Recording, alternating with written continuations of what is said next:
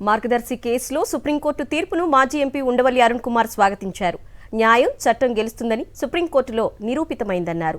న్యాయం జరగడం ఆలస్యం కావచ్చు, కానీ విజయం తథ్యమన్నారు ఉండవల్లి. అల్లంకి రమేష్తో పాటు ఆయనే స్వయంగా కోర్టులో వాదించినట్లు ఉండవల్లి తెలిపారు. ట్రయల్ ఎలా జరగాలనే విషయాన్ని జడ్జిలు స్పష్టంగా సూచించారని ఆయన చెప్పారు. రామోజీ క్రైమ్ చేశారంటున్న ఉండవల్లి అరుణ్ కుమార్తో మా ఢిల్లీ ప్రతినిధి వెంకటేష్ ఫేస్ టు ఫేస్. సుప్రీంకోర్టులో మార్గదర్శి ఫైనాన్షియర్కు గట్టి ఎదురుదెబ్బ తగిలింది.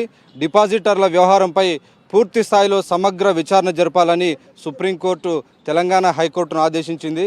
ఇదివరకు ఉమ్మడి హైకోర్టు ఇచ్చినటువంటి తీర్పును కొట్టివేసింది. ఈ మొత్తం వ్యవహారం పైన మాజీ హైకోర్టు జడ్జి చేత సమగ్ర విచారణ జరిపించి 6 నెలల్లో నివేదిక ఇవ్వాలని సూచించింది. అలాగే reserve bank of India, Andhra Pradesh ప్రభుత్వం, తెలంగాణ ప్రభుత్వం, అలాగే ఈ మొత్తం వ్యవహారాన్ని బయటికి తీసుకొచ్చిన ఉండవల్లి అరుణ్ కుమార్ వీరందరినీ కూడా ఈ ప్రొసీడింగ్స్లో, ఈ ప్రక్రియలో పాల్గొనాలని సూచించింది.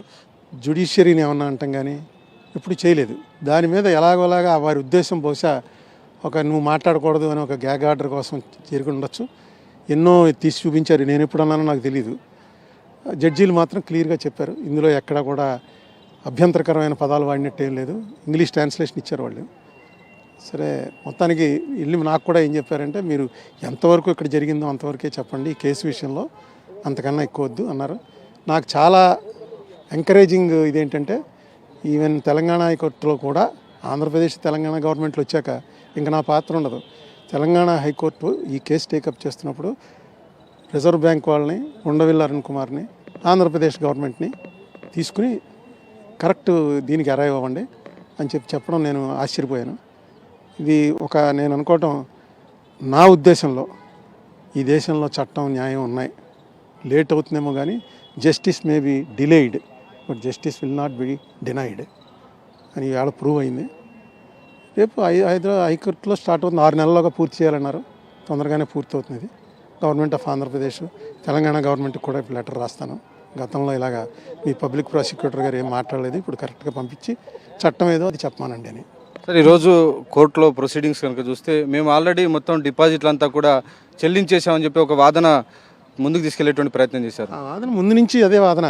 ఇప్పుడు డిపాజిట్లకి వాళ్ళు ఎంతసేపు అసలు 45 కలెక్ట్ చేయడమే తప్పు అన్న దాని జోలికి రారు. మేము తీసుకున్నాం ఇచ్చేసాం, ఇంకేముంది క్రైము? అసలు కలెక్ట్ చేయడమే క్రైము. తర్వాత కోర్టు ఇంకోటి ఏమన్నారంటే, మీరు ఇచ్చేసామన్నారు. ఎలా సరిపోతుంది అది?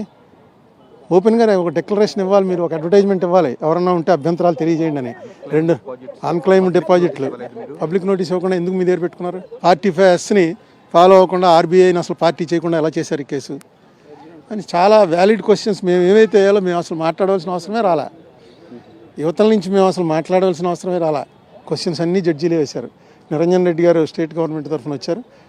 ఆయన చెప్పవలసింది బ్రీఫ్గా ఆయన చెప్పారు. చెప్పి తర్వాత నాతో అన్నారు, మనం ఎక్కువ మాట్లాడొద్దండి, వాళ్ళ క్వశ్చన్కి వాళ్ళ ఆన్సర్లు చెప్పనివ్వండి అని. మా రమేష్ గారు కూడా నాకు చెప్పారు, కోర్టు అన్ని క్వశ్చన్లు వేస్తున్నప్పుడు ఇంక మళ్ళీ అందులో నువ్వు ఇంటర్ఫీర్ అవ్వకు. నా విషయం వచ్చినప్పుడే నేను మాట్లాడాను, కానీ నా విషయం వచ్చినప్పుడు సిద్ధార్థ లోద్రా చాలా చెప్పాడు. ఆయన చెప్పిన నేను చెప్పాను, మీరే ఇచ్చారు కదా ఆయుధాలు చేతపట్టుకుంటే కానీ గత్యంతరం లేదని ఒక కోర్టు జడ్జిమెంట్ వ్యతిరేకంగా వస్తాను అంటే నేను ఎప్పుడన్నా అన్నాడు. సరే, అవన్నీ ఎందుకు ఇప్పుడు ఇమోషనల్గా ఏదో అని ఉంటారు మీరు. నా మీద నేను 40 ఏళ్ళ నుంచి మాట్లాడుతున్నాను. ఎవడో కూడా నువ్వు అసభ్యంగా మాట్లాడావు, తప్పు మాట్లాడావు లేదు. మాట్లాడిన కంటెంట్ని ఖండిస్తారేమో కానీ మాట్లాడిన విధానాన్ని ఎప్పుడు ఎవడో ఖండించలే. సార్, గత విచారణలో ఆర్బీఐ వచ్చి చట్టవిరుద్ధంగా డిపాజిట్లు సేకరించారని చెప్పడమే ఈ కేసులో బ్రేక్ త్రూ అనుకుంటున్నాను. చాలా పెద్దదే చెప్తున్నాను కదా. ఇది వెనక్కి వెళ్ళడం, హైకోర్టుకి వెళ్ళడం అంటేనే మా ఆర్గ్యుమెంట్ని సుప్రీంకోర్టు ఒప్పుకుంది. We have merits, that is the reason హైకోర్టుకి వెనక్కి పంపించారు. ఆ కింద ఇచ్చినటువంటి జడ్జిమెంట్ని పక్కన పెట్టి కొత్తగా మళ్ళీ చేయండి ట్రయల్ అని చెప్పి పంపించారు.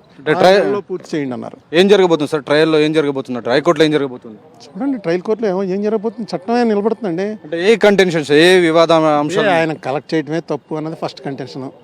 45 వైలేషన్కి ఏంటి శిక్ష ఫస్ట్ కంటెన్షన్. సెకండ్, అందరికీ వెనక్కి ఇచ్చేశారు అన్నదాన్ని ఎలా జస్టిఫై చేస్తారు? మీరు పట్టుకొచ్చి నేను ఇచ్చేసానంటే సరిపోదుగా. చిన్న వాళ్ళు జడ్జి గారు స్వయంగా అన్నారు, మీరు ఇచ్చారు లిస్ట్, సరే, అందులో 5,000 వాడు ఉంటాడు, 10,000 వాడు ఉంటాడు, వాడు వస్తాడు ఆ కోర్టుకి? డిపాజిట్ పెట్టుకున్న వాళ్ళు ఏదో లక్షల మీద కూడా ఎవడో వస్తాడు, కానీ 10,000 పోతే పోయింది. రామోజీరావు గారితో ఎవరు తగ్గు పెట్టుకుంటారు? నేను అదే మాట అన్నాను. రామోజీరావు గారు అంటే స్టేట్లన్నీ భయపడతాయి, రామోజీరావు గారు నాకు భయపడడం ఏంటి? నేను మాట్లాడితే తేడా అవుతుందని చెప్పి 87 ఏళ్ల రామోజీరావుని ఎంత బాధ పెడుతున్నారా అని ఆయన అంటే నేను చాలా ఆశ్చర్యం కలిగింది. ఆయన బాధ పెట్టేటువంటి మాట నేను ఎప్పుడు చెప్పలే. ఆయన వ్యాపారాలు పారిపోతున్నాడనో లేకపోతే డబ్బులు ఎగ్గొట్టేస్తున్నాడనో నేను ఎప్పుడు చెప్పలే. వాట్ ఈ did is illegal, it's a crime. అదే మాట నేను ముందు నుంచి చెప్తున్నాను, ఈవేళ చెప్తున్నాను. ఈవేళ సుప్రీంకోర్టు నాతోటి పాక్షికంగా అంగీకరించి వెనక్కి పంపించింది. సార్ 45S ఉల్లంఘన జరిగితే ఎట్లాంటి శిక్ష పడేటువంటి అవకాశం ఉంది? 2 ఏళ్ళు జైలు శిక్ష పడేటువంటి అవకాశం ఉంది. రెట్టింపు ఎంతైతే కలెక్ట్ చేశారో దానికి రెట్టింపు పెనాల్టీ కట్టాలి. అది యాక్ట్లో ఉంది. అంటే ఎంత కలెక్ట్ చేశారు? 2600 కోట్లు, అంటే 5200 కోట్లు కట్టాల్సి వస్తుంది కేసు ఇది. 2600 కోట్లు బిఫోర్ అని చెప్తున్నారు. 2000 కోట్ల రూపాయలు మళ్ళీ కేసు నడుస్తుండగానే దాన్ని కూడా యాడ్ చేస్తారా? ఏమో చూడాలి, అది ఇంకా డీటెయిల్స్ అన్నీ రావాలి కదా. కోర్టు ఏదైనా సరే కోర్టు డిసైడ్ చేస్తున్నది. యాక్ట్ అయితే ఇది. క్రిమినల్ కేసుల్లో ఎలా ఉంటుందంటే కోర్టు కెన్ వాటిని కొంచెం తగ్గించవచ్చు, శిక్ష తగ్గించవచ్చు, లేకపోతే శిక్ష లేకుండా డబ్బు ఓన్లీ పెనాల్టీ వేయచ్చు, ఏజ్ని పరిగణలోకి తీసుకోవచ్చు, లేకపోతే వెనక్కి ఇచ్చేసాడు కాబట్టి ఏమీ కట్టక్కర్లేదు, ఇక ముందు ఇలాంటి పనులు చేయొద్దు అని చెప్పొచ్చు.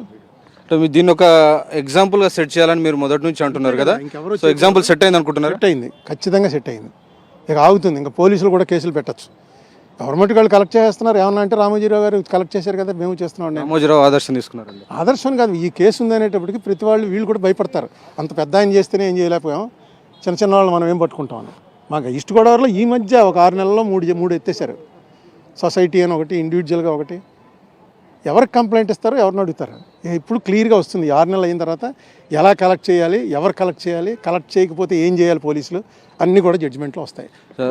రమేష్ గారు, ఇప్పుడు మాజీ హైకోర్టు జడ్జిని దీనికి ఎగ్జామిన్ చేయమని చెప్పారు కదా, సో దీనికి కమిషన్ లాగా నియమిస్తారా? ఎట్లా ఉంటుంది దీని ప్రాసెస్? ఈరోజు ఉండవల్లి అరుణ్ కుమార్ గారు 31 డిసెంబర్ 2018 ఏదైతే రామోజీరావు గారి ఫేవర్గా, మార్గదర్శి ఫేవర్గా కేసు క్వాష్ చేయడం జరిగిందో సీసీ, దానికి అగెనిస్ట్గా సుప్రీంకోర్టులో ఆయన స్పెషల్లీ పిటిషన్ ఫైల్ చేయడం జరిగింది. దానికి సపోర్ట్గా స్టేట్ ఆఫ్ ఆంధ్రప్రదేశ్ కూడా ఎస్ఎల్పి ఫైల్ చేసింది. ఈరోజు ఆ 2 కేసులు ఏంటంటే justice Suryakant, justice KV Viswanath గారి బెంచ్ ముందు వాదనలకు వచ్చింది.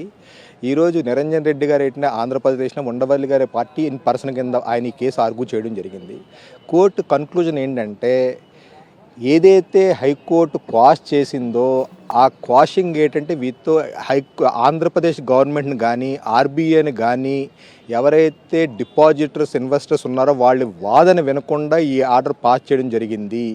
అయితే మీరు ఎందుకు పబ్లిక్ నోటీస్ ఇవ్వలేదు, అన్క్లెయిమ్డ్ డిపాజిట్స్ ఉన్నారు కదా వాళ్ళు, మీరు ఏంటంటే 2500+ క్రోర్స్ ఏంటంటే డిపాజిట్స్ కలెక్ట్ చేశారు, ఆల్మోస్ట్ 90% మీరు డిపాజిట్ పేమెంట్ రిటర్న్ ఇచ్చామని చెప్పి అంటున్నారు. ఎవరైతే రిటర్న్ తీసుకోలేదో వాళ్ళ కోసం పేపర్ పబ్లికేషన్ ఇవ్వకుండా ఎందుకు ఈ కేసు డిసైడ్ చేశారని కూడా ఒక వాదన వచ్చింది. సో అల్టిమేట్గా సుప్రీంకోర్టు ఏంటంటే ఈరోజు హైకోర్టు ఆర్డర్ ఏదైతే ఉందో దాన్ని తప్పు పట్టి సుప్రీంకోర్టు అంటే సెటిసైడ్ చేసి మ్యాటర్ని మళ్ళీ వెనక్కి రిమాండ్ చేసి మళ్ళీ రీఓపెన్ చేసి 6 నెలల్లోగా ఈ కేసుని ఎంటైర్ కంప్లీట్గా డిసైడ్ చేయాలని చెప్పేసి ఆ డెసిషన్ తీసుకునేటప్పుడు స్టేట్ ఆఫ్ ఆంధ్రప్రదేశ్ యొక్క వాదనలు, ఆర్బీఐ యొక్క వాదనలు, అలాగే ఉండవల్లి అరుణ్ కుమార్ గారు ఏదైతే ఈ కేసు ఈ సుప్రీంకోర్టు దాకా తీసుకొచ్చి ఏదైతే ఆర్గ్యూ చేశారో ఆయన వాదనలు కూడా విని, అలాగే ఇన్వెస్టర్ల యొక్క వాదనలు, అన్క్లైమ్డ్ ఇన్వెస్టర్ల వాదనలు, అలాగే పబ్లిక్ నోటీస్ కూడా ఇచ్చి అందరి వాదనలు విన్న తర్వాత ఏంటంటే వితిన్ 6 monthsలోకి ఈ కేసు డిస్పోజ్ చేయాలని చెప్పేసి సుప్రీంకోర్టు ఈరోజు దీనికి శుభం కార్డు అయితే వేయడం జరిగింది. అంటే ఇప్పుడు ఇది ఒక కమిషన్ లాగా వ్యవహరించబోతుందా? ఎందుకంటే మాజీ హైకోర్టు జడ్జిని నియమించింది కదా.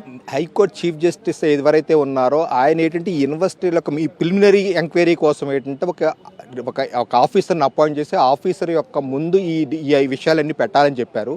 ఆయన తీసుకున్న డెసిషన్ బట్టి అల్టిమేట్గా హైకోర్టు ఏంటంటే ఫైనల్గా డెసిషన్ తీసుకుంటుంది. అది ఆ బెంచ్ని కాన్స్టిట్యూట్ చేసే పవర్ కూడా ఏంటంటే చీఫ్ జస్టిస్ పర్టికులర్ హైకోర్టుకి ఇచ్చారు.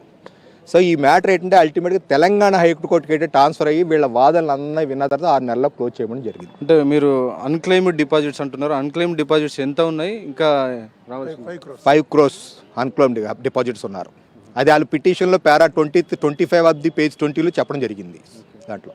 సో ప్రధానంగా పబ్లిక్ నోటీస్ ఎప్పుడు రాబోతుంది, ఎప్పటి నుంచి పని మొదలు కాబోతుంది, ఎప్పుడు మార్గదర్శి వారందరినీ పిలుస్తారు? వాళ్ళ the moment supreme court certified copy రాగానే ఆటోమేటిక్గా కేసు రివోపెన్ అవ్వడం జరుగుతుంది. దానికి ఒక షెడ్యూల్ ఫిక్స్ చేస్తారు. షెడ్యూల్ ప్రకారం ఏంటంటే ఆఫీసర్ని అపాయింట్ చేసినట్టు ఈ ప్రాసెస్ అంతా స్టార్ట్ అవుతుంది. అంటే పబ్లిక్ అంతా అప్రోచ్ కావచ్చా? త్రూ అన్క్లెయిమ్డ్ ఎవరన్నా సరే వాళ్ళ గ్రివెన్స్ ఉంటే వాళ్ళు డిపాజిట్స్ అయ్యింది, వాళ్ళు అమౌంట్ వెనక్కి తీసుకోకపోతే అందరూ అప్రోచ్ అవ్వచ్చు ఈ కేసులో.